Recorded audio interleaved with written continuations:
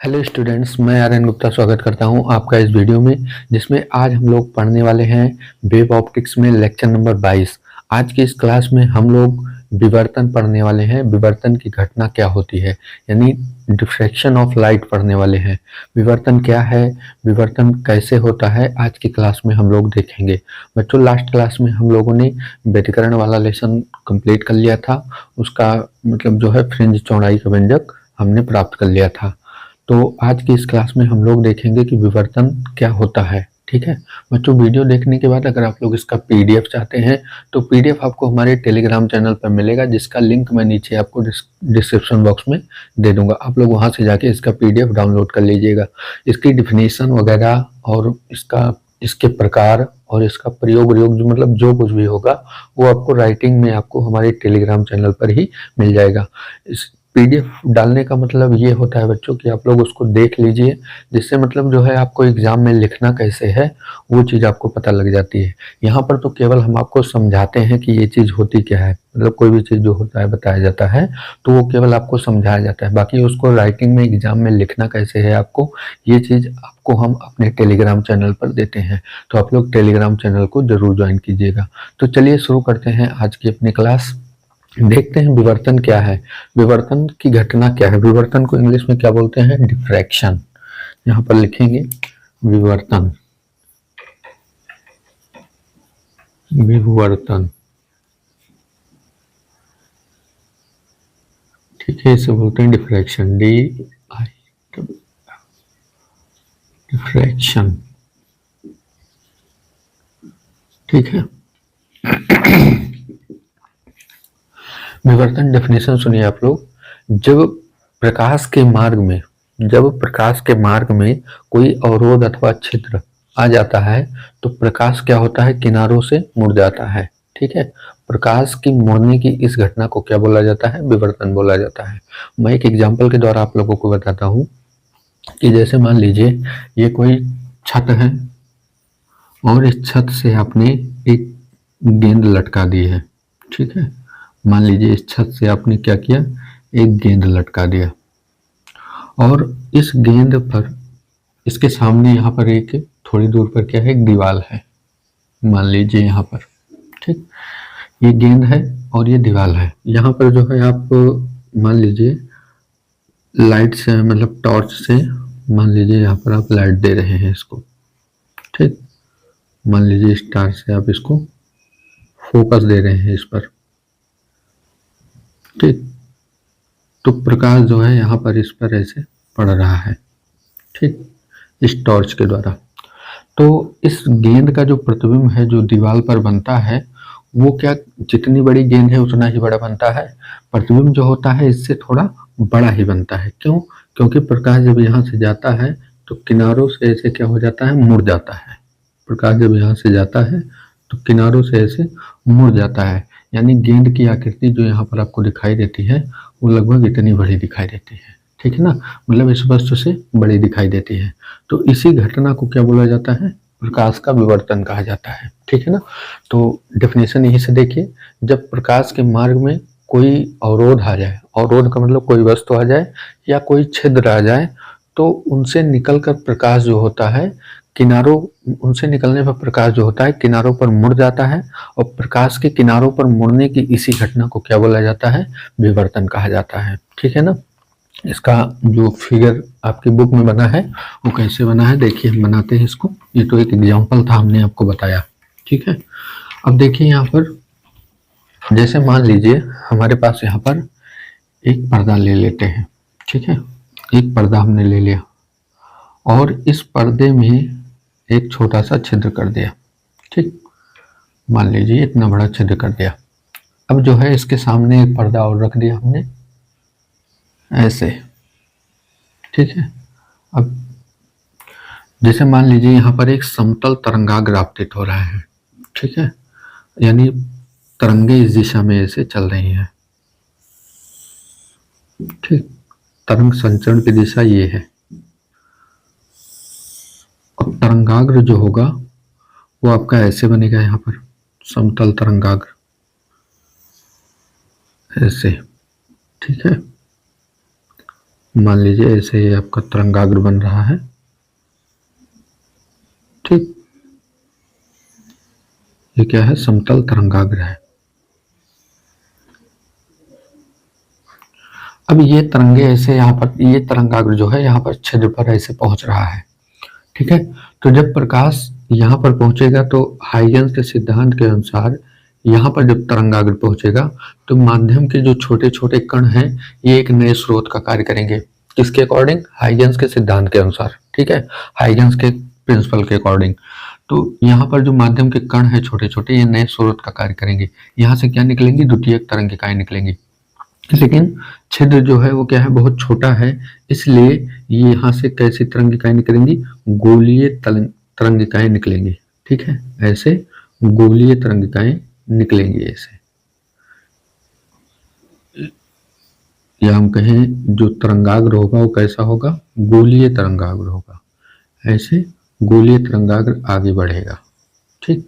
ये इस दिशा में भी जाएगा और इस दिशा में भी आगे बढ़ेगा और इस दिशा में भी आगे बढ़ेगा। ऐसे बढ़ता हुआ कहाँ तक जाएगा?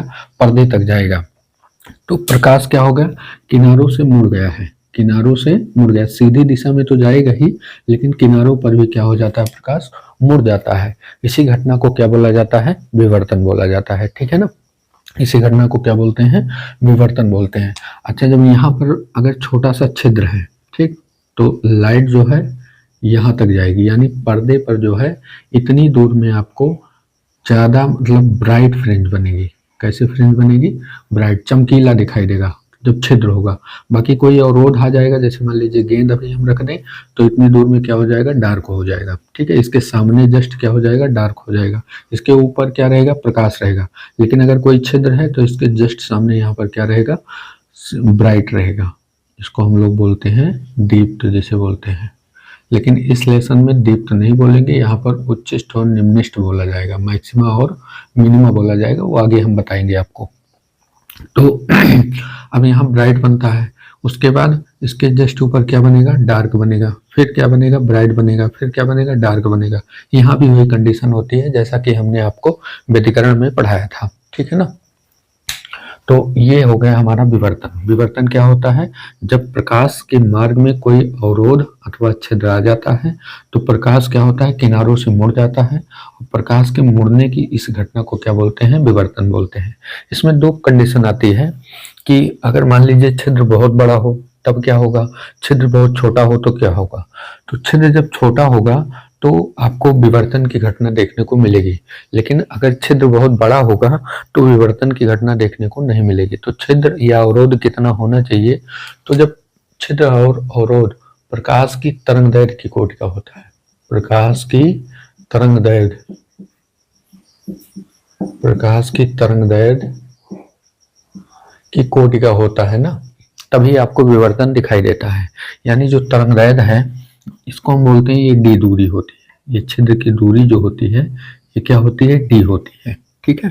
तो जब लैम्डा जो होता है डी के बराबर होता है, यानी प्रकाश की तरंगदैर्घ्य जो होती है इस छिद्र की दूरी के बराबर या कम होती है, ऐसे भी दिखा सकते हैं, बराबर हो या कम हो, तो इस कंडीशन में आपको विवर्तन दिखाई देगा, ठीक है ना।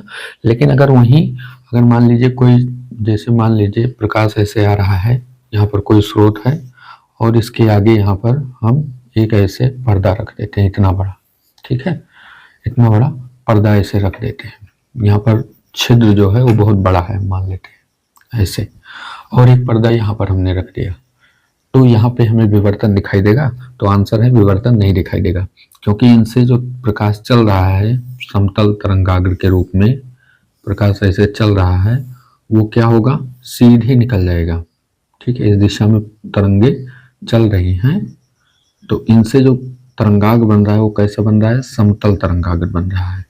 अब ये समतल तरंगाग्र ऐसे सीधे पास हो जाएगा, यानी यहाँ पर ऐसे इतना प्रकाश आपको दिखाई देगा। तरंगाग्र ऐसे क्या हो जाएगा? यहाँ से सीधे निकल जाएगा, तब यहाँ पे विवर्तन आपको नहीं देखने को मिलेगा। इस कंडीशन में डी क्या है? ये दूरी जो है ये क्या है? प्रकाश की तरंगदैर्घ्य से बहुत बड़ी है, ठीक है। डी क्या है? बड़ा है, किससे? लैम्डा से। तो डी जब बड़ा होगा लैम्डा से तो इस कंडीशन में आपको विवर्तन देखने को नहीं मिलेगा। विवर्तन कब देखने को मिलेगा? जब ये दूरी जो है लैम्डा यानी तरंग दैर्घ्य के बराबर हो या उससे छोटी हो, तभी आपको विवर्तन की घटना देखने को मिलेगी, अन्यथा नहीं। ठीक है ना। अब विवर्तन की परिभाषा और ये इतना प्रयोग जो हमने आपको लिखाया है विवर्तन की परिभाषा में ही है, ये तो एग्जाम्पल है समझ लीजिए। तो ये सबका पीडीएफ आपको हमारे टेलीग्राम चैनल पर मिल जाएगा, इसका राइटिंग में भी आपको वहीं पर मिलेगा। इसको आप लोग स्क्रीनशॉट लीजिए, इसके बाद आगे देखते हैं हम लोग।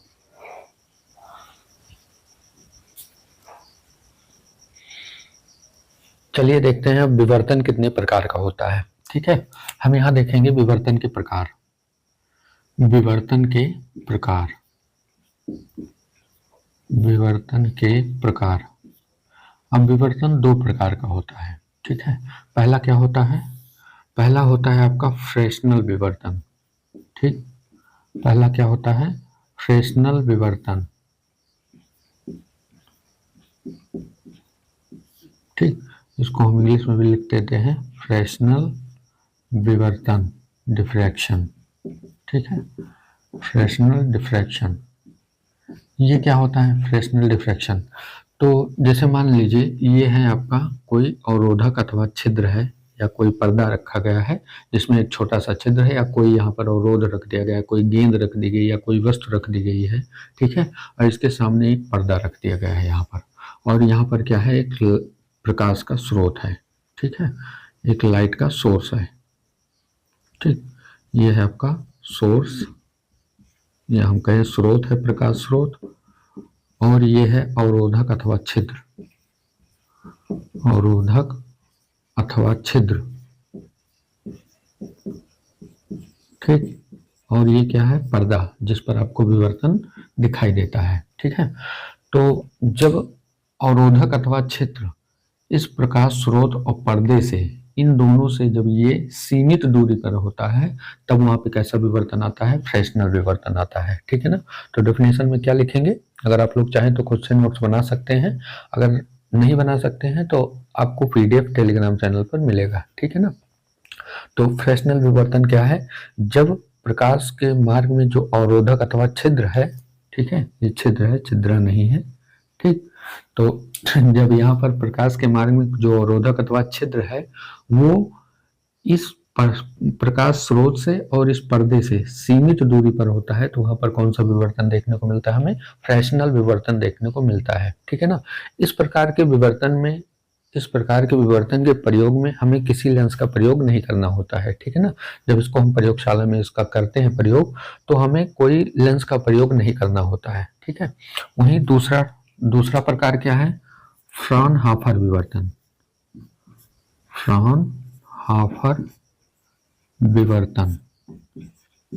ठीक है, फ्रॉनहोफर विवर्तन, इसको इंग्लिश में बोलते हैं, इसको फ्रॉनहोफर ही कहते हैं। ठीक है, इसको क्या बोलते हैं? फ्रॉनहोफर ही बोलते हैं।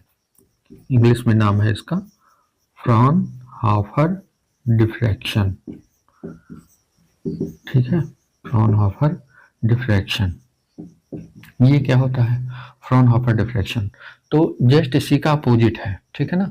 जब प्रकाश के मार्ग में अवरोधक अथवा छिद्र है, जब प्रकाश स्रोत और पर्दे से असीमित यानी इनफाइनाइट दूरी पर होता है, तो इसको क्या बोला जाता है? फ्रॉनहोफर विवर्तन। ठीक है ना।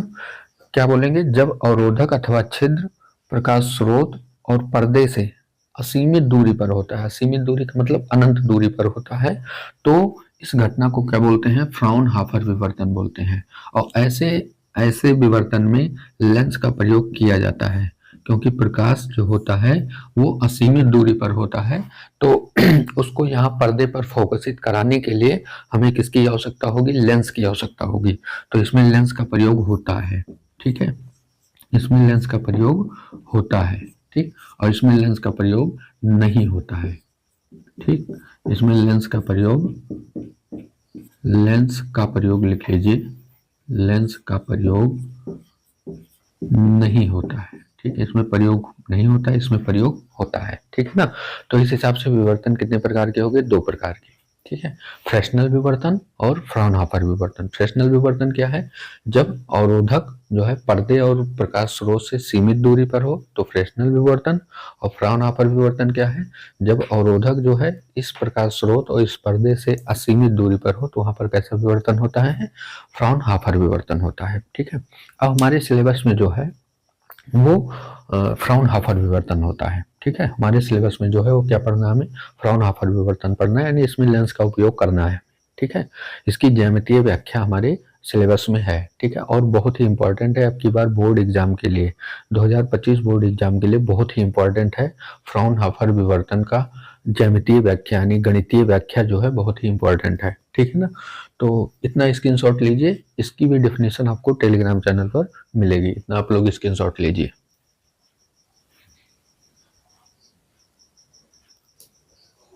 चलिए अब देखते हैं कि एक पतली झिर्री यानी स्लिट से प्रकाश का विवर्तन। ठीक है ना। ये क्या है? एक प्रयोग है।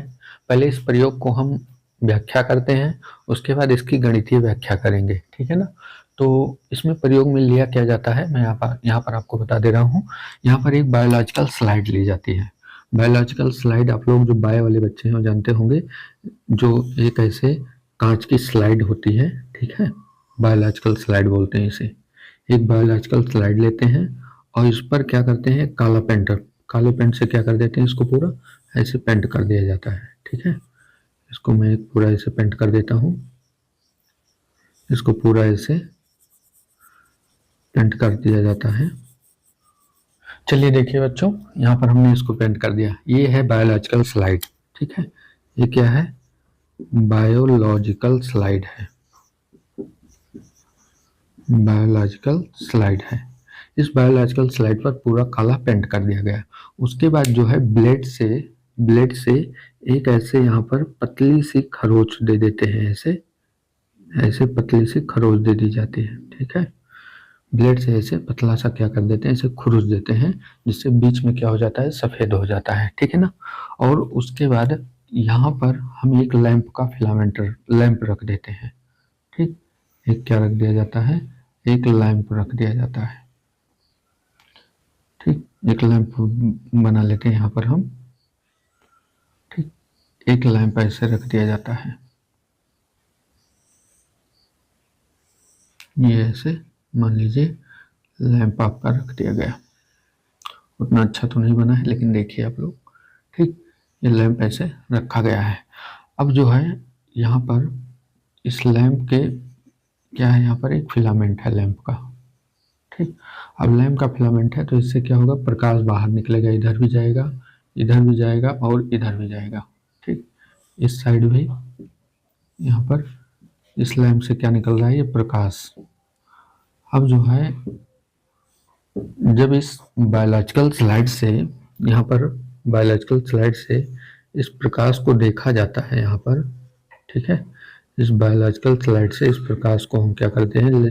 या हम कहें इस लैंप के फिलामेंट को क्या करते हैं? देखते हैं। ठीक। इस लैंप के फिलामेंट को देखा जाता है किससे? इस बायोलॉजिकल स्लाइड से। तो क्या दिखाई देता है हमें? इसके इधर यहाँ पर पहले हमें क्या दिखाई देता है? श्वेत पट्टी दिखाई देती है। ठीक। दोनों यहाँ पर क्या दिखाई देती है? श्वेत पट्टी, ये बीच में, जिसकी चौड़ाई इधर क्या होती है? ज़्यादा। ये बीच में जो है क्या है? श्वेत पट्टी है। ठीक है। मतलब सफेद पट्टी यहाँ पर दिखाई देती है। इसके बाद इसके इधर दो चार पट्टियां और दिखाई देती हैं, लेकिन वो कैसे होती हैं? इसकी अपेक्षा कम चौड़ी होती हैं। जैसे यहाँ पर सफेद पट्टी की चौड़ाई इतना है, यहाँ पर केवल इतना है। तो ये सफेद पट्टी है, ये काली पट्टी है। तो काली पट्टी जो है आपकी, इसकी चौड़ाई क्या हो जाती है? बड़ी होती है। ठीक। किससे? इस सफेद वाली से। ठीक है। उसके बाद फिर सफेद वाली और कम हो जाएगी, तो फिर एक काली पट्टी मिलेगी जिसकी चौड़ाई इससे अधिक होगी। ठीक है। जिसकी चौड़ाई इससे क्या होगी? अधिक होगी। ठीक है। इस तरफ भी ऐसे होता है। इसके बाद जो है कम सफेद पट्टी की चौड़ाई कम होगी, एक काली पट्टी मिलेगी। ठीक है। काली पट्टी कह सकते हैं या रंगीन पट्टी बोल सकते हैं। ठीक है। इसकी चौड़ाई क्या होगी? कम होगी। और फिर इधर जैसे जाएंगे वैसे सफेद पट्टी की चौड़ाई और कम हो जाएगी और काली पट्टी की चौड़ाई क्या हो जाएगी, और ज़्यादा हो जाएगी। ठीक है, काली पट्टी की चौड़ाई क्या होगी, और ज़्यादा हो जाएगी। इसको हम कलर कर देते हैं, थोड़ा और इसको बड़ा बना लेते हैं इधर, यहाँ पर, बस इतना सही है। ठीक है, दोनों तरफ सेम होना चाहिए, दोनों ओर क्या होता है, सेम होता है। अब ये क्या है, रंगीन पट्टी, इसको ऐसे आप लोग कलर कर सकते हैं। ठीक है, इसको ऐसे कलर कर दीजिए। ठीक, ये रंगीन पट्टी है और इसके बीच में जो है ये क्या है, सफेद पट्टी है। ठीक, ये सफेद पट्टी है, ये वाली, बाकी ये क्या है, रंगीन पट्टी। ऐसे सेम यहाँ भी है। ठीक, दिख रहा है आप लोगों को बच्चों? ठीक है, समझ में आया? बहुत ही आसान टॉपिक है, एग्जाम में पूछा जाता है। कभी कभी इसका गणितीय व्याख्या भी आती है, तो हम वो भी आपको कराएंगे, गणितीय व्याख्या भी। ठीक, गणितीय व्याख्या भी आप लोगों को कराई जाएगी। ये ऐसे हमें देखने को मिलता है, यानी ये क्या है, चौड़ी पट्टी है, श्वेत चौड़ी पट्टी, लिख देते हैं इसको, श्वेत चौड़ी पट्टी है, श्वेत चौड़ी पट्टी। इसकी चौड़ाई जो है, जैसे जैसे हम इधर जाते हैं वैसे क्या होती जाती है, घटती जाती है, घटती जाती है। ठीक, जैसे जैसे इधर जाएंगे वैसे वैसे क्या होगी, इसकी चौड़ाई घटती जाती है। ऐसे सेम इधर, जैसे जैसे इधर आएंगे वैसे वैसे इसकी चौड़ाई क्या होती जाती है, घटती जाती है।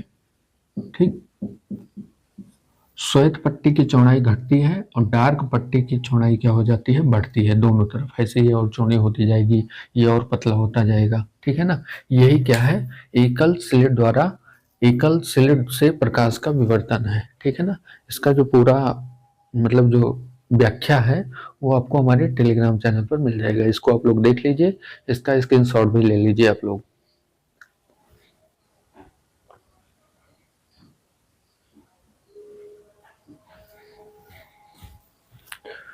तो बच्चों, आप लोगों ने स्क्रीनशॉट ले लिया इसका। ठीक है, समझ में आया होगा आप लोगों को कि जब किसी प्रकाश के मार्ग में, ये प्रकाश का मार्ग है, कोई अवरोध अथवा छिद्र अगर रख देते हैं तो हमें क्या दिखाई देता है, विवर्तन दिखाई देता है। ठीक है ना, जो पट्टियां दिखाई देती हैं इसको हम क्या बोलते हैं, प्रकाश का विवर्तन बोलते हैं। या हम कहें कि जब किसी अवरोध अथवा छिद्र के मार्ग में, प्रकाश के मार्ग में जब कोई अवरोध अथवा छिद्र आ जाता है तो प्रकाश क्या हो जाता है, किनारों से मुड़ जाता है। इसी घटना को क्या बोला जाता है, विवर्तन।